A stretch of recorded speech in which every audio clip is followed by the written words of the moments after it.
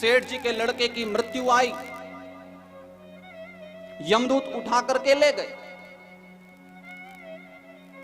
ले जाकर के यमराज के सामने खड़ा कर दिया,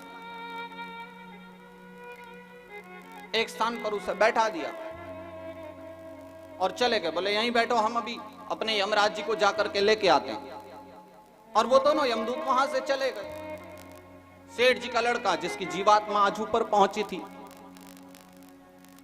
उसने साइड में देखा, एक तरफ कागज पेन यमलोक में सब रखा था। उसने विचारा यमलोक की व्यवस्था भी बड़ी गजब है। लेकिन जब पास रखे कागज कलम देखा ना, तो मन में विचार आया कि चलो एक बार चेक तो करूं। हिंदुस्तान के कागज तो देखे थे बहुत, एक बार पता तो चले यहां कौन से सेंचुरी के, फास्ट ट्रैक के कौन से कागज चलते हैं, यमलोक की कैसी व्यवस्था है। देखने के लिए भाई सब पास में गए और कागजों में उनका नाम लिखा हुआ था, चुनमुन लाल जी, उम्र 18। तो ये बात है, इसलिए इतनी कम उम्र में ही हमें उठा लिया।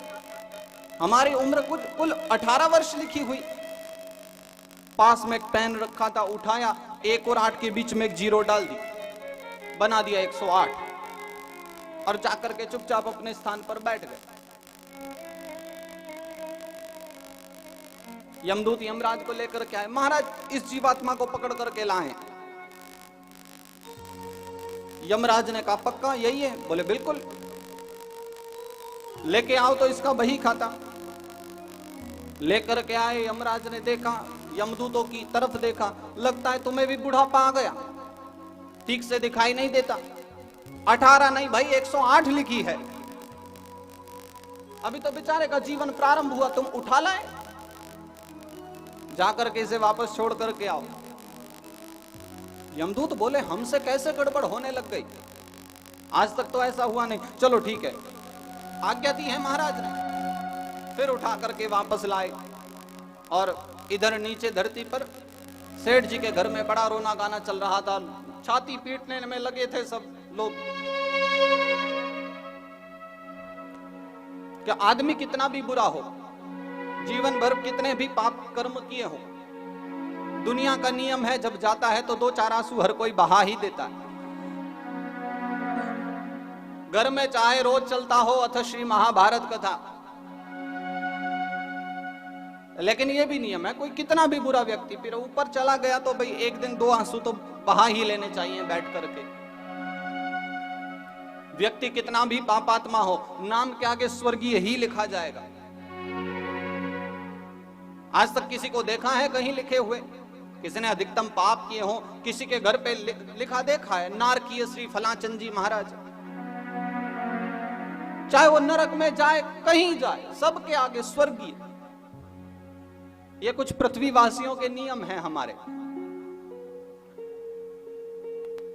सब लोग रोना गाना कर रहे थे, यमदूत जीवात्मा को छोड़ करके गए। अचानक सेठ जी के बेटे के शरीर में प्राण आए, खड़ा हो गया एकदम, अर्थी पे अभी लिटाया ही था, प्राण आए, खड़े होकर के एकदम बैठ गया, बैठने लगा। अचानक सब लोग घबराए, दूर हुए, इससे क्या हुआ? अभी तक नाड़ी नब्ज सब बंद थी, अचानक खड़ा हो गया।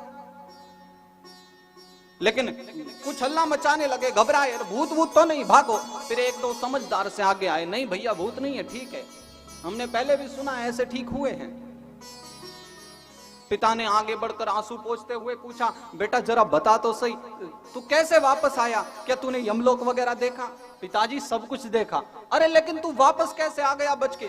बस अब पूछो मत, मैं आ गया ना, ये आपके लिए ज्यादा इंपॉर्टेंट है। मैं कैसे आया वो छोड़ दो। बोले नहीं बताना तो पड़ेगा, तू वापस कैसे आया? बोले पिताजी आप यहाँ सरकार को चूना लगाते हो, मैं यमराज को लगा के आया हूं, उसको उल्लू बना करके आया हूं।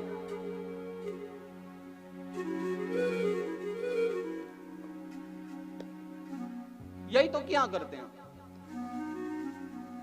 हम, तो परमात्मा को भी नहीं छोड़ा करते, उसको भी सम्मिलित कर लेते हैं अपने बुरे कर्मों में। तो इन सब से भी जो छुटकारा दिला दे, शिवदम, कल्याण को देने वाली है ये कथा।